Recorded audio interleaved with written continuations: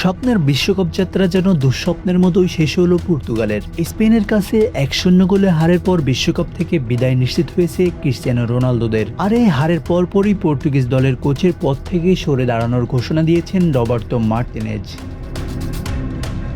ম্যাচের পুরোটা সময় রোনালদোকে খেলানো নিয়ে ফুটবল বিশ্বে চলছে জোর সমালোচনা। 90 মিনিটে রোনালদো বল স্পর্শ করেছেন মাত্র 20 বার। এমন নিষ্প্রভ পারফরম্যান্সের পরও কেন তাকে মাঠ থেকে তুলে নেওয়া হলো না?